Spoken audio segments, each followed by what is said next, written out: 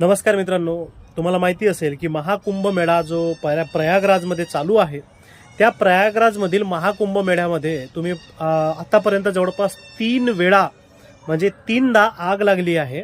आणि त्या ठिकाणी 3दा आग लागून तुम्हाला माहिती असेल की 19 जानेवारी, 30 जानेवारी, त्यानंतर आता परत 7 फेब्रुवारीला असं लगातार 3दा तिथं त्या ठिकाणी आग लागली. आणि याच्या अगोदर भगदड सुद्धा झाली आहे.